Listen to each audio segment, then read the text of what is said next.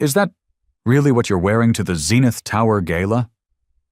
The words, dripping with a venomous sweetness, didn't just cut through the ballroom.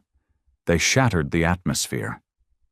1,000 conversations, buoyed by the effervescence of champagne and the hum of immense wealth, died in an instant. Heads, adorned with diamonds and sculpted hair, turned in a synchronized wave of predatory curiosity.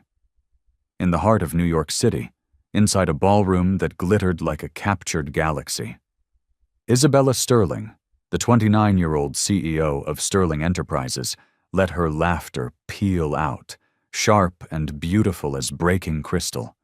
She was a supernova in human form, her body engineered for magazine covers, poured into a blood-red sequin dress that seemed to drink the chandelier light and bleed it back out. She hadn't whispered her insult. She had detonated it. Her target was a woman who seemed to occupy a different reality altogether. Serafina Hayes, 52 years old, a black woman of incomprehensible wealth and the silent architect behind Apex Innovations, sat alone. Her table was not at the center, but off to the side, a deliberate choice.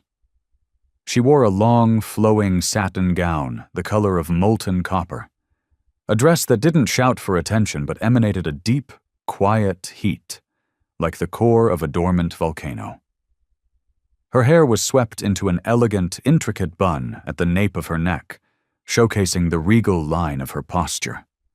Her hands, unadorned except for a simple, timeless watch, rested calmly on a glass of still water. She was the antithesis of the room's frantic, glittering vanity. To Isabella, who feasted on attention like a shark on blood, this quiet composure looked like an invitation. It looked like weakness. The room, a tinderbox of ego and old money, ignited instantly. A few guests, shielded behind manicured hands, let out stifled, cruel chuckles. A private equity manager, known for his ruthless takeovers, smirked into his glass of aged whiskey, a glint of cruel sport in his eyes. The whispers started, slithering through the crowd like snakes in tall grass. "She looks like she's part of the catering staff," one woman murmured to her husband, her diamond choker glittering with each venomous word. Another, a socialite whose only claim to fame was her inherited name, chimed in. "Honestly, security has gotten so lax. How does someone like that even get in?" The ballroom was no longer a place of celebration. It had become a tribunal, and the verdict on Serafina Hayes had already been decided by the jury of her skin color and her refusal to play their gaudy game. Serafina didn't even flinch. She blinked once, a slow, deliberate motion, as if she were cataloging the moment. This was a familiar scene, a play she had been forced to watch her entire life, just with different actors and more expensive costumes. At 22, she'd been physically blocked from entering a university awards dinner she was meant to be honored at because the doorman insisted, "This event isn't for people like you." At 35, a panel of venture capitalists had openly laughed at her proposal for a global logistics network, one of them patting her hand and telling her it was a cute little dream for someone with her background.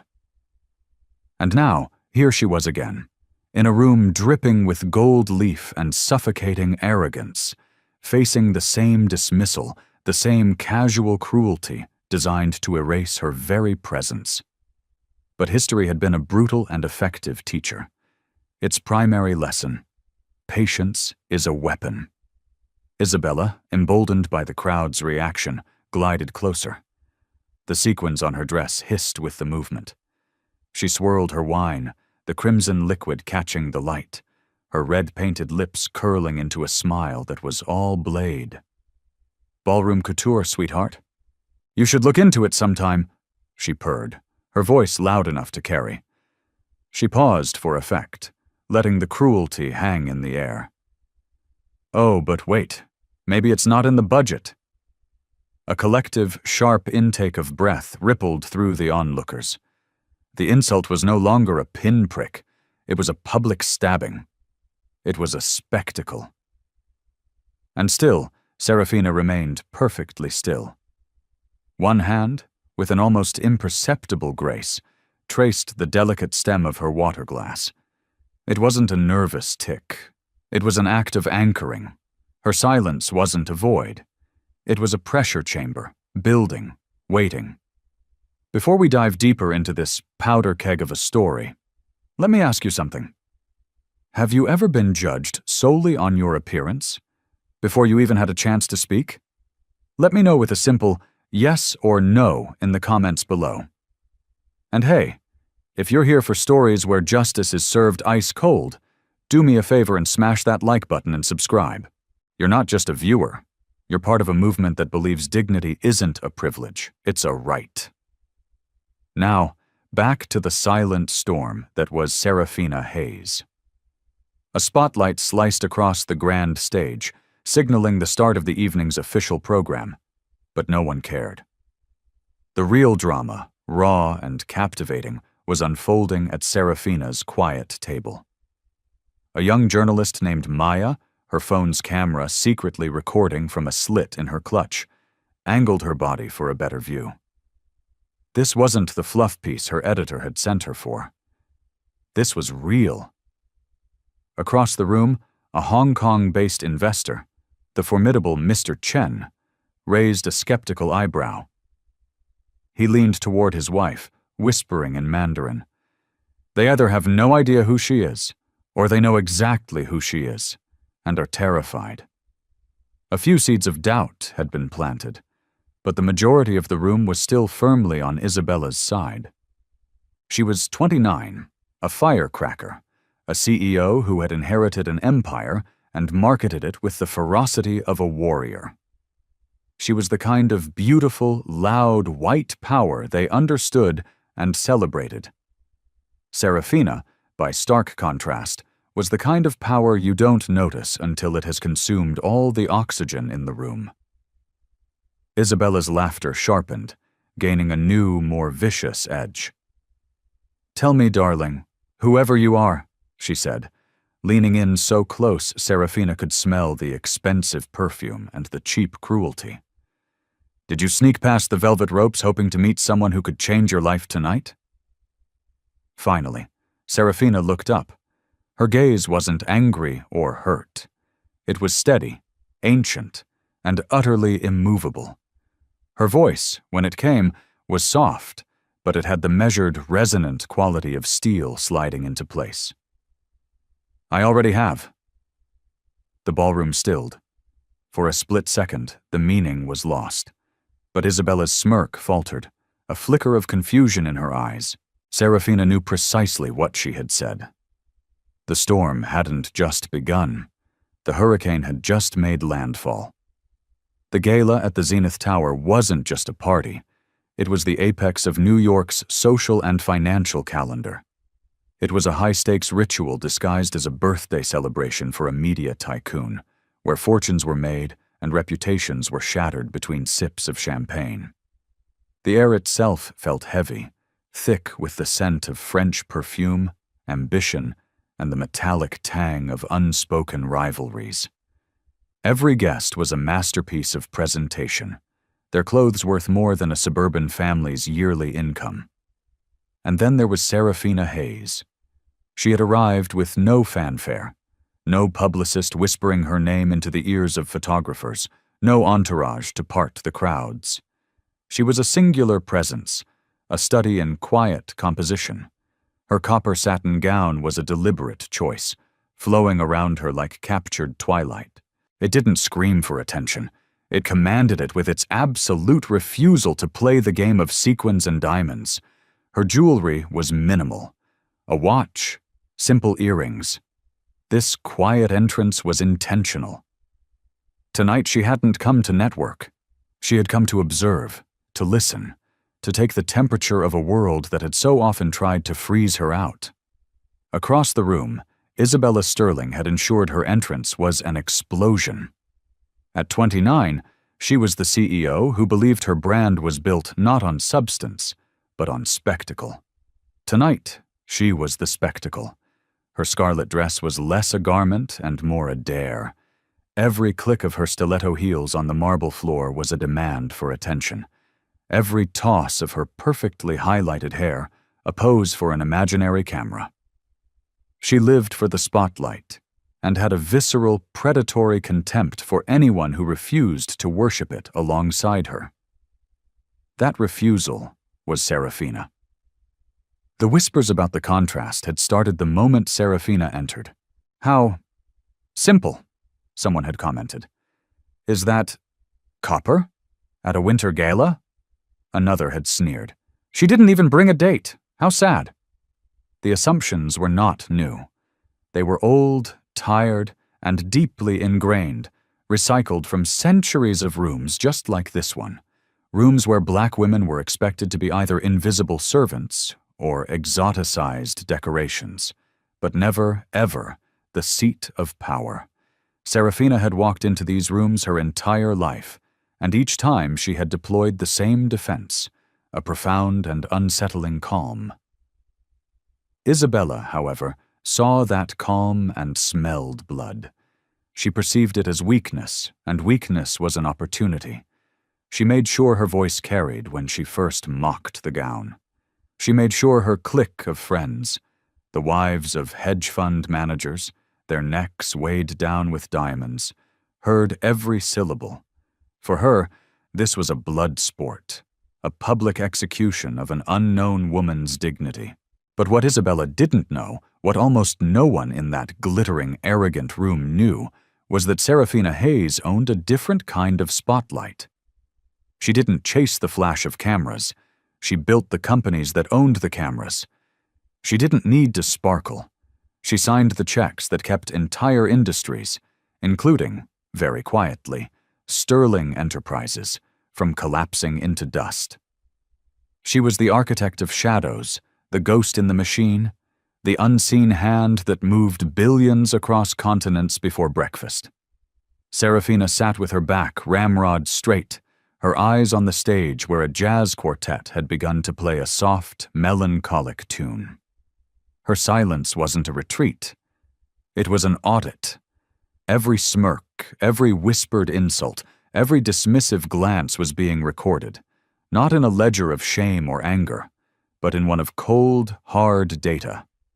At 25, she had been escorted out of a tech conference she'd paid to attend because security assumed she was there to steal laptops.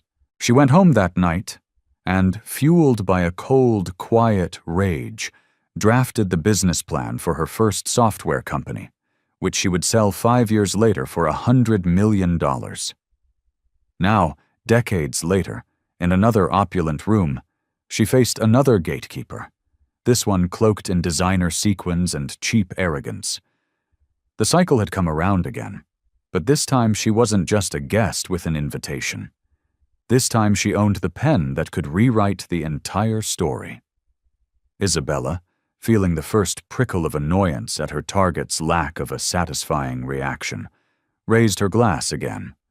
Her lips, painted the color of her dress, twisted into a sneer. "Darling, maybe next year you'll learn how to dress like you actually belong." Serafina finally looked up, her eyes meeting Isabella's across the short distance. Her lips curved, but it wasn't a smile.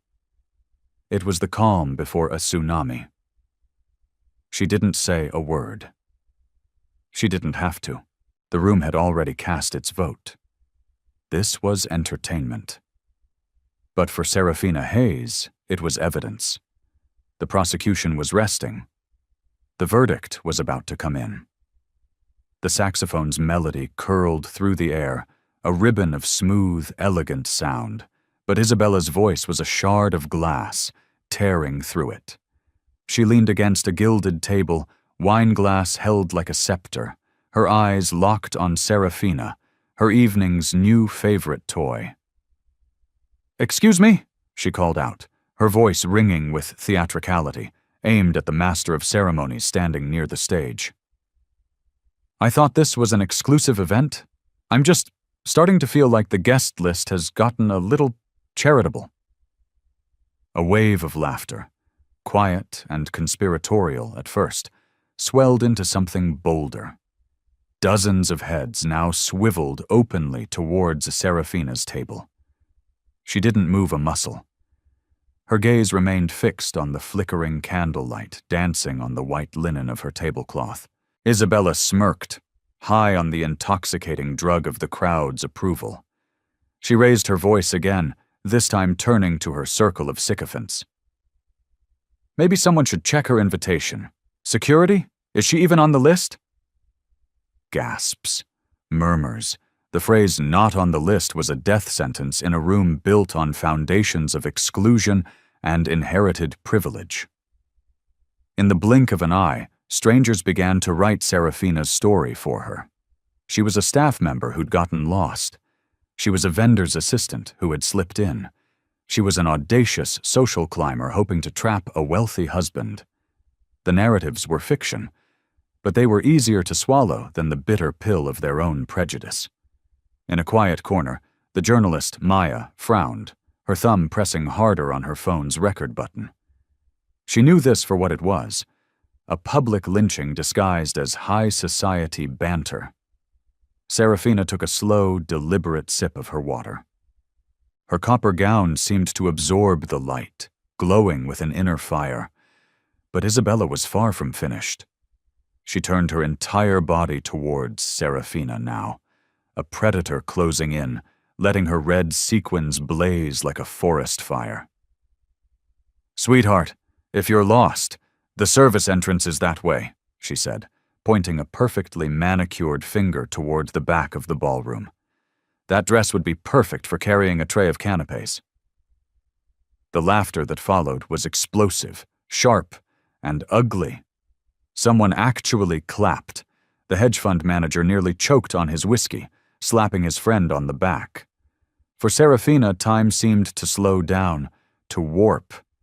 She could hear the echoes of her younger self, standing outside that university gala all those years ago, the doorman's words ringing in her ears. "This isn't your kind of place." She remembered the searing sting of that rejection, the long, lonely walk back to her dorm in the cold night. She remembered the promise she had whispered to the empty street, a vow made only to herself. "One day, I won't just be in the room, I'll own the room." And now, here she was. Same ugly arrogance, just in a more expensive dress. Same hostile stage, just with better lighting. But she was no longer the girl they saw, the outsider they imagined. She was the architect. She was the foundation. And she was sitting in silence while a child playing queen tried to burn down a castle she didn't know Serafina had built. She didn't react. She didn't defend. Her silence was both her shield and her sword, a weapon so subtle that no one in the room yet recognized its power. Isabella lifted her chin, reveling in her perceived victory.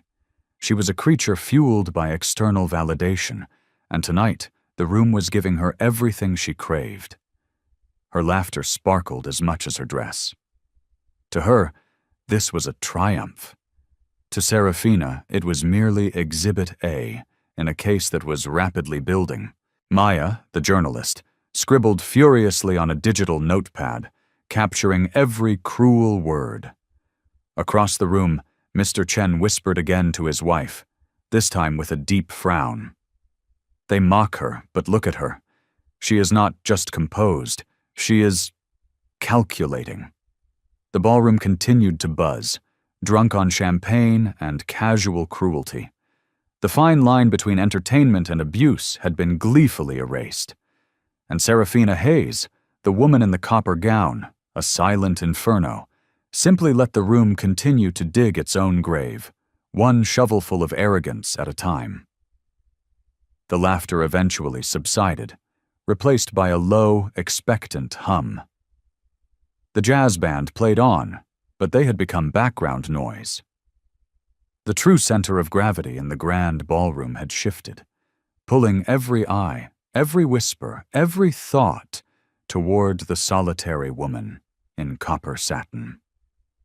And still, she did nothing. Her hand rested on the stem of her glass, not clenched in anger, not trembling with fear, but steady, as if it were the anchor for the entire, glittering room. Her posture was the definition of regal. Back straight, shoulders relaxed, breathing even.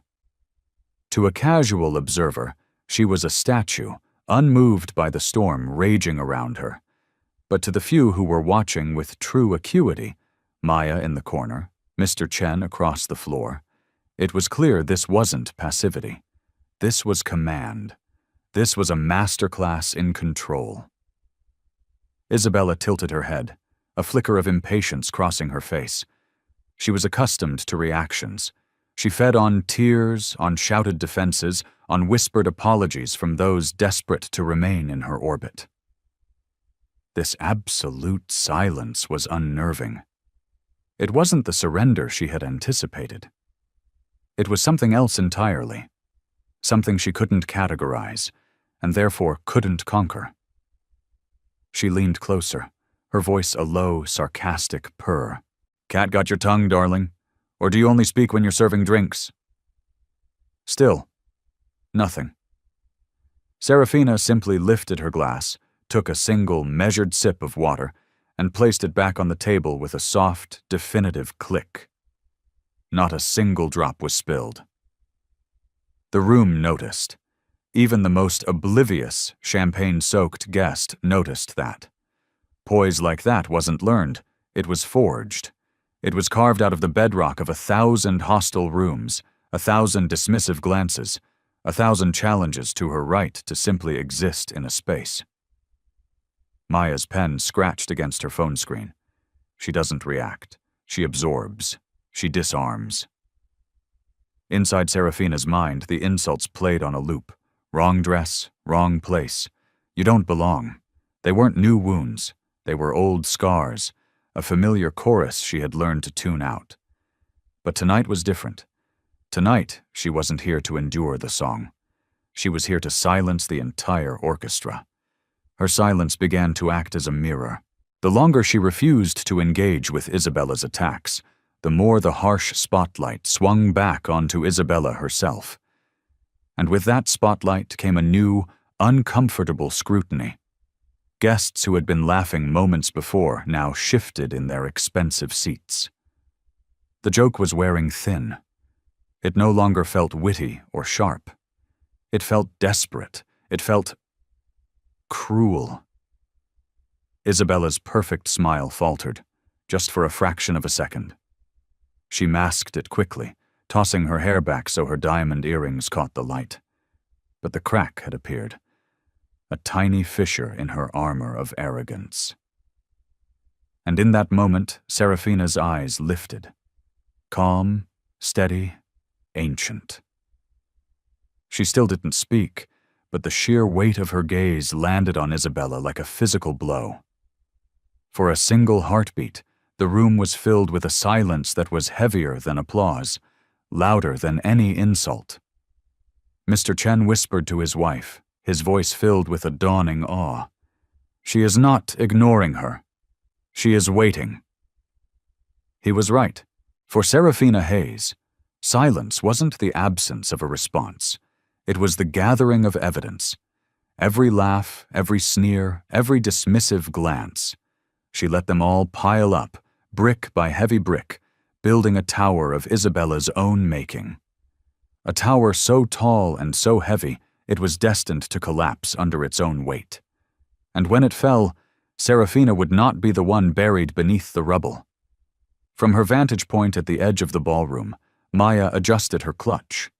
Inside, her phone's camera lens, peeking through a perfectly placed slit in the fabric, was capturing it all. She had come tonight expecting to write a glossy, forgettable piece about champagne towers and designer gowns. What she was witnessing instead was a public execution of dignity, and in a room this powerful, that wasn't just gossip. It was news. 2 tables away, Mr. Chen studied the interaction with the cool, detached analysis of a private equity titan. His wife leaned towards him, her brow furrowed. "Why are they so cruel to her?" she whispered in Mandarin. Because they don't know who she is, he replied, his eyes never leaving Serafina. He paused, then added, or perhaps they have a subconscious inkling of who she is, and it terrifies them. He had met Serafina once, years ago, during a tense, multi-billion-dollar acquisition negotiation in Singapore. She had carried herself in exactly the same way, silent, deliberate, radiating a power that made every second she granted you feel like a gift. He remembered walking away from that meeting with one unshakable certainty. Serafina Hayes did not waste a single word. If she wasn't speaking now, it wasn't because she was intimidated. It was because she had chosen not to. Across the ballroom floor, the mood was curdling. Not everyone was laughing anymore. Some guests began to hide behind their champagne flutes, shifting uncomfortably. The spectacle that had been so amusing just minutes ago now felt unbalanced, ugly, too sharp. One woman, a prominent art dealer, whispered to her partner, "Wait, isn't that Serafina Hayes?" Her partner frowned, glancing over. "No, it can't be. Hayes wouldn't be sitting by herself, and she certainly wouldn't dress like that." He trailed off, because even as the words left his mouth, the possibility unsettled him to his core. Maya captured it all. The whispers, the shifting allegiances, the slow, dawning horror on some faces. She typed a note into her phone. Power isn't loud. It's the unseen force that changes the pressure in a room without uttering a single word. Isabella, of course, was oblivious to these subtle currents. She was high on the drug of attention, swirling her wine, basking in what she believed was her triumph. She thought every smirk, every glance was a testament to her command of the room. But the camera was watching. The investor was watching. And the profound, weaponized silence of Serafina Hayes was beginning to rewrite the entire narrative, right before their eyes. The gala's host, a media mogul with a garish golden bow tie, finally glanced toward the scene, a deep frown tugging at his surgically tightened lips. He recognized Serafina's face. He'd seen her name on the front page of the Wall Street Journal, her signature on contracts that had reshaped entire industries. He knew her presence in boardrooms that Isabella Sterling could only dream of entering. Yet, he said nothing. A part of him wanted to see how this high-stakes game of chicken would end. And so the stage was set. One woman in copper, silent and unbowed. One woman in red, laughing too loudly, completely unaware of the ground crumbling beneath her designer heels. And surrounding them, a circle of witnesses, some complicit, some skeptical, and some just beginning to realize they were watching a spectacular downfall, live and in real time. The evidence was mounting, and the room didn't even realize it was on trial. The jazz band shifted into a brighter, more frantic tune, but the tension at the center of the ballroom wasn't musical. It was the cold, sharp feeling of a blade being slowly unsheathed. Isabella Sterling, with the predatory grace of a panther, took a step forward. Her sequin dress shimmered, a warning flare in the opulent room. She raised her crystal glass high, swirling the dark Cabernet within, her eyes never leaving Serafina.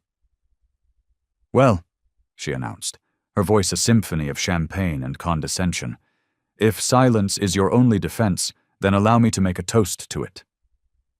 She moved. Guests parted before her like the Red Sea, a silent, complicit wave. The click-click-click of her heels on the marble was a metronome counting down to disaster.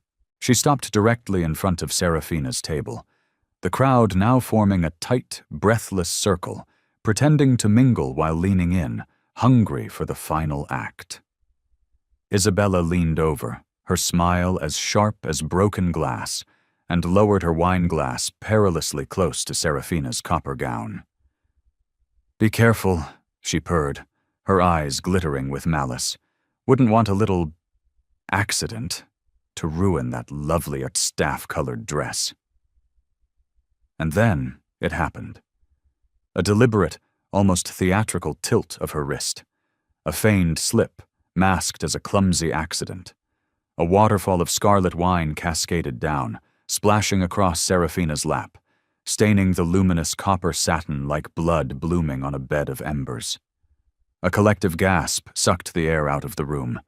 A few women covered their mouths in performative shock. One man let out a low, "Oh my God!" Another, the hedge fund manager, chuckled nervously, caught between recoiling and applauding the sheer audacity. Isabella feigned innocence, placing a hand dramatically to her chest. "Oh, oops!" she exclaimed, her voice dripping with mock concern. "My goodness! I guess the dry cleaning bill isn't included in whatever charity ticket got you in here." Fractured, uneasy laughter followed. "Okay, we're at the absolute tipping point. What would you do right now, in Serafina's shoes? Would you stand up and scream? Would you walk away in tears? Or would you do something else entirely? Drop your thoughts below. I read every single one. Because what happens next is going to be insane." Serafina did not move. She simply looked down at the rapidly spreading stain, a violent splash of crimson on the tranquil copper. Then, she looked back up at Isabella. Her face remained a mask of impossible calm. Her breathing was even. There was no flicker of rage, no visible crack in her composure. There was only that same silence, now sharper, more deliberate, more terrifying than ever before. Maya's pen nearly tore through her screen. She poured wine on her. Deliberate. Caught it all on film. Mr. Chen leaned so close to his wife, his lips almost brushed her ear. "This is not humiliation," he murmured, his voice grim. "This is professional suicide. That young woman has no idea who she is playing with." Isabella, drunk on her own performance, was blind to the subtle shift in the crowd's energy. She saw only the spotlight, which she believed was her birthright. She giggled, tossing her hair back, her diamonds scattering shards of light. "You know," she sneered, "I think the red is an improvement." But the room no longer laughed with her. The cruelty had finally crossed a line. It was no longer witty banter, if it ever was. This was assault, dressed up in sequins and served with a smirk. The guests now looked at Serafina not with mockery, but with a growing, palpable unease. They were wondering, whispering, doubting. Serafina took her linen napkin and gently, precisely, placed it over the stain. Not to hide it, but to mark it, to acknowledge it. Her hand moved with the meticulous precision of a bomb disposal expert, as if she were recording the insult not with words, but with action. And in that profound, loaded silence, the entire energy of the ballroom finally, irrevocably, shifted. Those who had mocked began to feel the first cold drops of a storm they hadn't seen coming. Those who had doubted began to question their own judgment, and those who had been watching closely, the journalist, the investor, the host, knew this was no longer a game. Isabella Sterling had just signed her own death warrant, and she'd used a glass of wine as the pen. The ballroom had grown restless. The spilled wine glistened on Serafina's gown, the stain a deepening scar. Conversations had faltered into strained whispers. The air was thick with a tension that could no longer be ignored.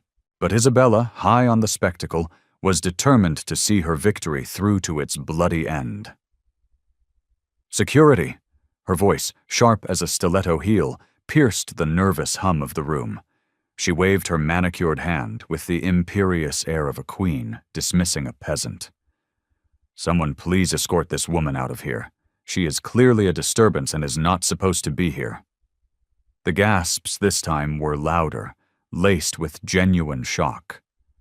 Guests shifted on their feet, their faces a mixture of discomfort and morbid fascination. Even the white-jacketed servers froze in their tracks. Maya's camera caught every second, her own hand trembling as she whispered into her hidden mic. "She's actually doing it. She's having her thrown out." Two burly security guards, stationed discreetly at the edge of the ballroom, exchanged a hesitant glance. They were paid to enforce the rules, but something felt wrong. The woman in copper, even with wine staining her dress, carried herself with an authority that didn't align with the accusations being hurled at her. Still, an order from a high-profile guest like Isabella Sterling was an order. They began to make their way through the now parting crowd. Isabella smiled, a look of pure, satisfied triumph on her face. This was the final act of her masterful performance. She leaned towards her friends, whispering just loudly enough for those nearby to hear. "Some people just refuse to understand boundaries. This is a billionaire's gala, not a homeless shelter." A ripple of uneasy laughter followed, but it was thin and strained. People were beginning to distance themselves from the cruelty, like rats deserting a sinking ship. Serafina didn't flinch. She didn't rise from her chair. She simply adjusted the napkin on her lap, her fingers moving with a precision that felt like its own form of testimony. Her face was calm, her eyes lowered, but her silence was now a living entity in the room, a thunderhead waiting just beyond the horizon, pregnant with lightning. Mr. Chen whispered to his wife, his voice sharper this time. "She is about to bring the entire temple down on this girl's head." His wife nodded, her eyes wide, sensing the inevitable electric crackle in the air. The billionaire host, his face now pale, finally stirred from his seat at the head table. The pieces had clicked into place in his mind. Boardroom meetings, multi-billion-dollar contracts, the sheer weight of Serafina Hayes's name in the global financial markets. He opened his mouth, perhaps to intervene, but then closed it. Maybe it was morbid curiosity that rooted him to the spot. Or maybe it was fear. He, too, wanted to see what would happen when an unstoppable force met an immovable object. The two security guards arrived at Serafina's table. One leaned in, his voice a low, uncomfortable rumble. "Ma'am, we're going to have to ask you to come with us." The room held its breath. Every phone not already recording was now raised. 100 pairs of eyes, 100 silent judgments, all converged on this one woman, stained but unbroken. Isabella smirked, her lips curling with victory. "Yes, darling," she cooed, her voice a venomous lullaby. "Time to go. I told you, you don't belong here." For the first time all evening, Serafina lifted her gaze fully. Her eyes, calm, steady, and ancient, met Isabella's. There was no anger. There was no fear. There was only the cold, hard certainty of a planet locking into its final gravitational orbit. And in that stare, the entire crowd felt a seismic shift of power they couldn't name, but could no longer ignore. The storm had reached its breaking point. The ballroom was frozen. The guards waited. The crowd leaned in. Isabella basked in her hollow triumph. And then, Serafina moved. Not with anger, not with panic, but with the chilling precision of a surgeon. She reached for the small, elegant clutch at her side, opened it with a calmness that felt almost supernatural, and drew out her phone. One swipe, one tap. She lifted it to her ear. Her voice, when she spoke, was smooth, unhurried, yet it carried a weight that sliced through the charged air like a guillotine. "Initiate Protocol 7. Every syllable landed like a judge's gavel. The security guards froze, exchanging confused glances. They were prepared for tears or arguments, not a cryptic 3-word command. Isabella let out a sharp, derisive laugh. "Oh, how dramatic! What are you doing calling an Uber to take you back to the gutter?" she sneered, tossing her hair. Her friends chuckled along, but the sound was hollow, uncertain. On the other end of the line, a crisp, professional voice replied instantly, audible only to Serafina. "Yes, Ms. Hayes, Stand by. Pulling up the Sterling Enterprises contract now." Maya's eyes widened. She had caught the name. Hayes. Her fingers flew across her notes, her mind racing. Serafina Hayes, CEO, Apex Innovations. It couldn't be. Mr. Chen sat bolt upright, a slow, knowing smile spreading across his face. He knew. At last, he knew. The rest of the crowd, however, was still catching up. They hovered in a state of confused fascination, watching the woman in copper, who was now speaking again. Her voice remained steady, but it was now resonant enough for the tables nearest to her to hear every word. "Effective immediately. Halt the wire transfer scheduled for tomorrow morning. Prepare the withdrawal documents for all Series C funding, and freeze every single ongoing negotiation with Sterling Enterprises." A hush fell over the room, so profound that the only sound was the clatter of a fork dropped by a stunned waiter. The jazz band faltered, their music dying mid-note as they realized the room's attention was no longer theirs to command. The silence was thick now, heavy with the terrifying sound of immense, unseen power moving just beneath the surface. Isabella scoffed, her red lips twisting in disbelief. "What is this, a prank? You think making a phone call suddenly makes you important? You're just embarrassing yourself, darling. Now get out." But her words had lost their sting. The energy of the room had inverted. Guests who had laughed now exchanged wary, frightened looks. The name Hayes began to circulate in frantic whispers. "Wait, is that the Serafina Hayes? The one from Apex? The architect of the global tech mergers?" The host finally rose to his feet, his golden bow tie suddenly looking like a cheap prop. His voice, a low and urgent whisper, carried only to those at his table. "If that is Serafina Hayes," he hissed, "Isabella Sterling just ended her own career." Serafina ended the call, placed her phone carefully back into her clutch, and looked up. Not at the stunned guards, not at the gaping crowd. She looked directly at Isabella. Her voice was calm, almost gentle, but it carried the finality of an executioner. "You just tried to humiliate the woman who holds the mortgage on your entire empire." The words didn't need to be loud. They created their own silence, a vacuum of pure, unadulterated shock.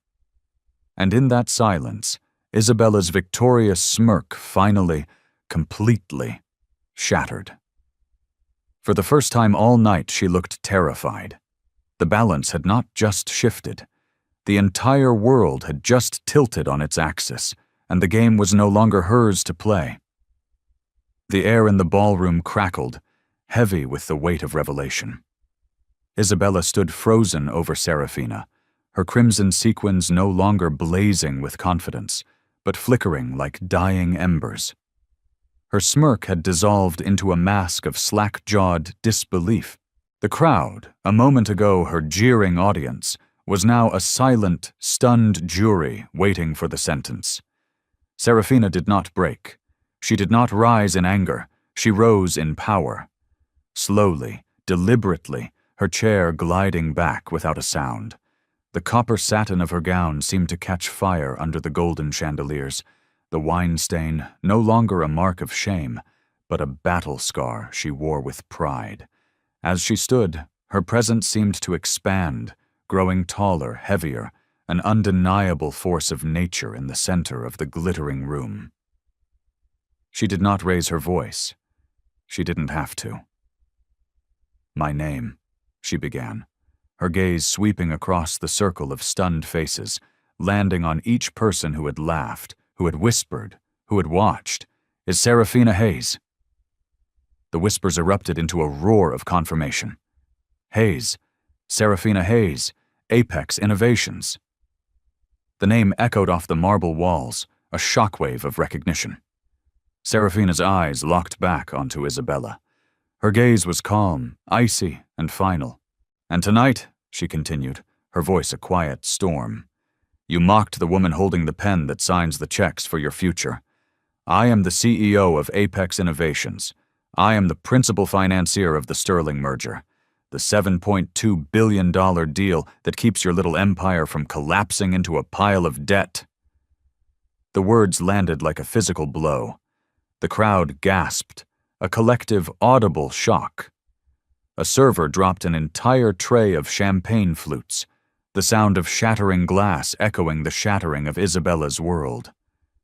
Someone in the back muttered, "Oh my God!" Another voice, louder, more horrified, "She is the deal!" The color drained from Isabella's face. Her skin, moments ago flushed with victory, was now a ghostly white. Her red-painted lips parted, but no sound came out. For the first time in her loud, privileged life, she was utterly, completely silenced. She looked small, a flickering candle caught in a hurricane. Serafina took a single step forward, and the room instinctively parted for her, as though pulled by an invisible gravitational force. Her voice carried, clear and unstrained. "You poured wine on my dress. You called security to have me removed. You told me I don't belong here." She paused, letting the weight of Isabella's own actions settle upon her. "But here is the truth, Miss Sterling. Without me, you don't belong here. Without my signature, Sterling Enterprises ceases to be a viable company before the markets open tomorrow." Phones, which had been recording discreetly, were now held high, openly documenting every historic second. Maya's heart hammered against her ribs as she whispered into her mic. "She just flipped the entire narrative. She's not the victim. She's the executioner. This is history." Mr. Chen smiled faintly, a gleam of profound respect in his eyes. "I told you," he murmured to his wife. "She was calculating." Around the ballroom, faces had transformed. The smirks were gone, replaced by expressions of awe, fear, and a dawning, horrified respect. Guests who had laughed just minutes earlier now stood ramrod straight, their faces carefully neutral, desperately trying to pretend they had never been part of the mob. The billionaire host nervously tugged at his golden bow tie, the sickening realization washing over him that the grand gala he had orchestrated had just become the stage for Serafina Hayes's legendary retribution. Isabella stumbled back a step, her heel catching on the hem of her own dress. She struggled to recover, her voice a broken, trembling thing. This is a lie. It's absurd. You're bluffing." Serafina didn't flinch. She leaned in, her tone soft but lethal. "Check your phone, Isabella." Isabella's clutch buzzed. Her fingers, now shaking uncontrollably, fumbled to retrieve her phone. As she looked at the screen, at the notification from her CFO, the last vestiges of blood drained from her face. The deal was gone. And in that moment, the woman in the copper gown was no longer just a guest. She was the storm. The silence that had unnerved the room all night finally revealed itself for what it truly was: pure, unadulterated power, waiting patiently for its moment to strike. Serafina Hayes had not just arrived. She had taken possession. Isabella's laughter, the weapon she had wielded with such vicious glee all night, was dead. Her throat was tight, her sequins had lost their luster, and the wine glass still in her hand trembled so violently she had to set it down with a sharp clink on a nearby table. Her face, once a perfect portrait of smug confidence, was now a crumbling mask of pure, unadulterated panic, and the entire ballroom saw it.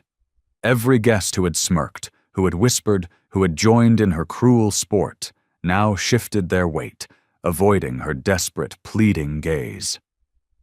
Some looked down at their shoes in shame. Others pulled out their own phones, pretending to read urgent emails, creating a digital wall between themselves and her spectacular implosion. But it was far too late. The room had already chosen its new queen, and it was not Isabella Sterling. The billionaire host cleared his throat, his voice cracking slightly. "Miss Hayes," he began. But then he stopped. What was there to say? Power had already spoken. Anything else would be a mere echo. Across the room, Maya whispered into her recorder, her voice trembling with the adrenaline of a journalist witnessing history. She's not just in control. She is dismantling her piece by piece, in real time. This isn't a scene. This is a verdict. Isabella took a shaky, desperate step forward. Her voice was a pathetic whimper. Listen, this was all just a misunderstanding. A joke that went too far. We're all here to have a good time. No.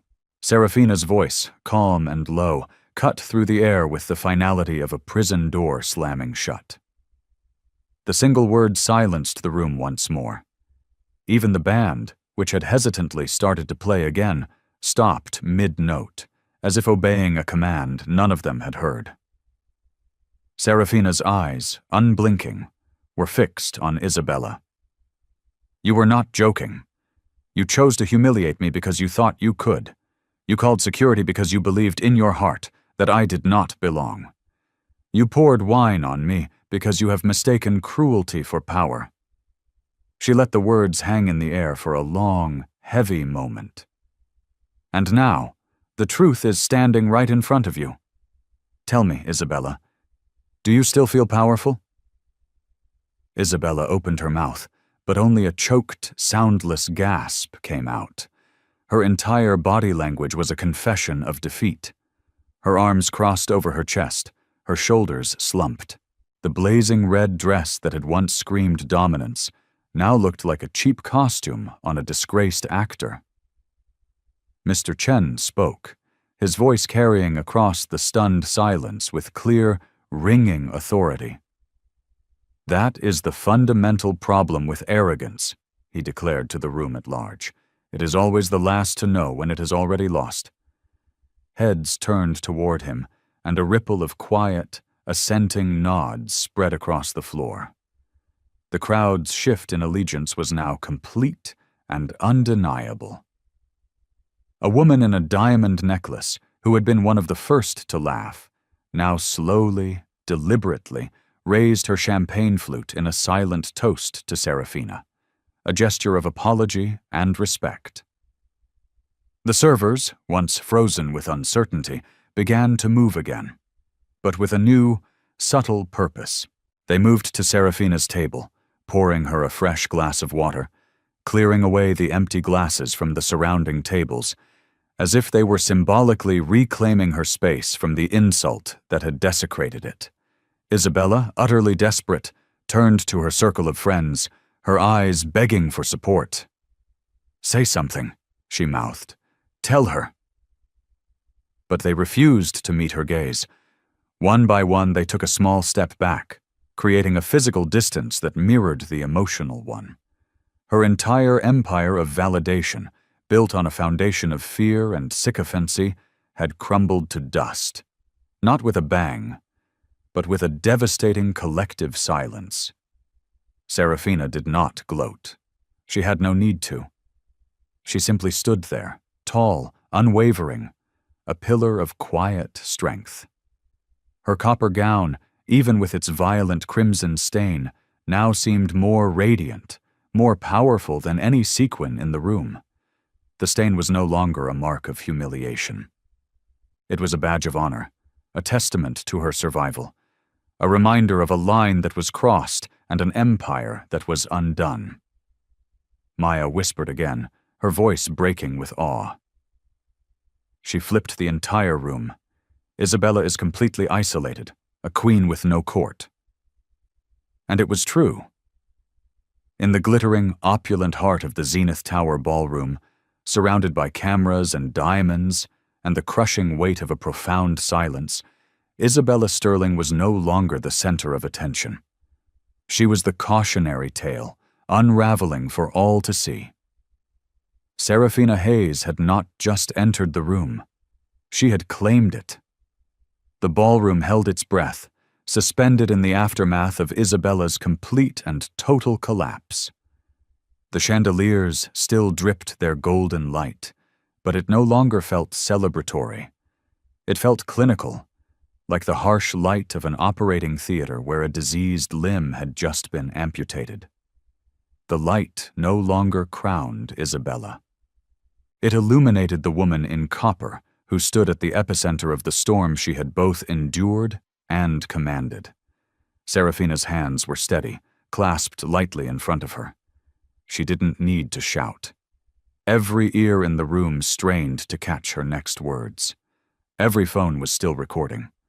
Every guest leaned forward, acutely aware that they were no longer at a party. They were witnesses to the making of a legend. "I came here tonight quietly," Serafina began, her tone calm, deliberate, each word chosen with the care of a poet. "I did not ask for your attention. I did not demand a spotlight. But arrogance, it seems, has a way of dragging dignity out into the open for a fight." She turned her head slightly, her gaze sweeping across the entire glittering assembly. She was addressing not just the broken woman before her, but every single person in that room. "You wanted to know if I belonged here. So allow me to be perfectly clear. I don't just belong in this room." She paused, letting the silence stretch. "I own this room. My company, Apex Innovations, holds the controlling interest in the Sterling merger. $7.2 billion. That's 7.2 billion reasons why your corporation has a tomorrow." Gasps rippled through the crowd. Someone at the back whispered, "She controls the whole deal." Another voice, louder, filled with dawning horror, "She can bankrupt them. Tonight." Serafina's eyes continued their sweep of the room, pausing on the ashen-faced host, on the wide-eyed investors, on Maya, who was scribbling with a frantic, desperate urgency. "And as of this moment," she declared, her voice as calm and final as a death sentence, "that deal no longer exists. I am canceling the merger, effective immediately." The words struck the room like a physical blow. A collective roar of shock and disbelief erupted. Guests were muttering frantically into their phones. Brokers were already being woken up. Partners alerted. The financial fallout of that one sentence would be catastrophic. Maya nearly dropped her phone, whispering, "She just killed a $7.2 billion contract. Live, on camera." Isabella staggered forward, her face a pale, ghostly mask under the chandelier's glow. "No," she croaked, desperation making her voice ugly. "No, you can't. Do you have any idea what you're doing? You'll ruin us. You'll ruin everything." Serafina cut her off with a single dismissive glance. Her calm was a fortress, her authority absolute. "I know exactly what I am doing, Miss Sterling. I am removing my name, my money, and my power from any association with those who mistake cruelty for strength. An empire built on a foundation of arrogance is destined to collapse under its own weight. I am simply expediting the process." The ballroom buzzed, no longer with cruelty, but with a mixture of shock, awe, and, for many, a grudging admiration. Mostra. Chen nodded firmly, raising his glass high in a clear, public salute to Serafina. "That," he said, his voice ringing with conviction, "is what true leadership looks like." A few others followed his lead, raising their glasses in a subtle, then bolder ripple of respect. Isabella's hands shook as she clutched her phone, frantically refreshing her email, watching her entire world unravel in real-time notifications. Her friends had turned their backs on her. Her allies had melted into the crowd. Her spotlight had not just dimmed, it had been extinguished, leaving her in a cold, lonely darkness of her own making. And at the center of it all stood Serafina, calm and radiant, her wine-stained gown transformed into an emblem of unbreakable resilience. She had walked into this room as a target. She would walk out of it as the judge, jury, and executioner. The verdict was final. $7.2 billion. Gone, and with it, the flimsy, glittering illusion of Isabella Sterling's power. The ballroom was no longer a party. It was a courtroom, and the verdict had been delivered. The sentence, $7.2 billion withdrawn, arrogance exposed, power redefined. Serafina Hayes did not linger to watch the fallout. She had no interest in basking in the terrified applause or watching Isabella's final, pathetic unraveling. That was not her way. Quiet, foundational power does not need to gloat. It simply acts and leaves echoes in its wake. She placed her linen napkin gently on the table, covering the last trace of the spilled wine. The stain was no longer a mark of humiliation. It was a scar that had been transformed into a crown. She adjusted the drape of her copper gown, straightened her shoulders, and began to walk toward the grand doors. The crowd parted before her instantly, a sea of silent, awestruck faces. No one dared to speak. No one dared to get in her way. Some lowered their eyes in shame as she passed. Others raised their glasses in a final, silent salute. Maya kept her camera steady, whispering into her mic. She's leaving. On her own terms. A queen leaving her conquered territory. Each click of her heels on the polished marble floor echoed in the cavernous silence. It was a sound louder than the jazz band had ever been, louder than Isabella's cruel laughter, louder than the frantic whispers still rippling through the stunned assembly. It was the sound of dignity reclaiming its space. Isabella, trembling and broken, made one last pathetic attempt. "Wait," she cried out, her voice cracking. "We can fix this. Please, we can talk." Serafina paused at the threshold, just long enough to glance back over her shoulder. Her voice, though low and steady, carried across the entire, silent ballroom. "Respect," she said, "is not negotiable. Not for $4, and not for $7 billion. Not ever." The words cut through the chandeliers, the velvet curtains, the very air itself. They were a line etched permanently into the memory of every single person present. Then she turned her back and continued her unhurried, unshaken walk, disappearing through the grand doors as they swung open before her. Her copper gown caught the distant city lights, seeming to carry its own internal fire out into the night. Behind her, the silence lingered. The kind of silence that doesn't just fade away. It settles, it reshapes, it redefines everything. Mr. Chen lifted his glass one last time, his voice a solemn final pronouncement. "Dignity," he said to his wife, "does not need a stage. It creates one." Maya finally lowered her phone, her heart still racing. She knew with absolute certainty what tomorrow's headline would be. Black CEO mocked at Gala, erases $7.2 billion empire in response. But in Serafina's mind, there were no headlines. There was only the quiet, steady hum of a promise she had made to herself as a young woman, a promise she had carried her entire life. To never again beg for a seat at a table where she was not wanted. Instead, she would build a table so large, so powerful, that all other tables would eventually become hers. And as the heavy doors of the Zenith Tower swung shut behind her, the ballroom remained frozen, haunted and humbled by the quiet, earth-shattering power of the woman they had tried and so spectacularly failed to dismiss. The dust has settled, but the impact of that night is just beginning.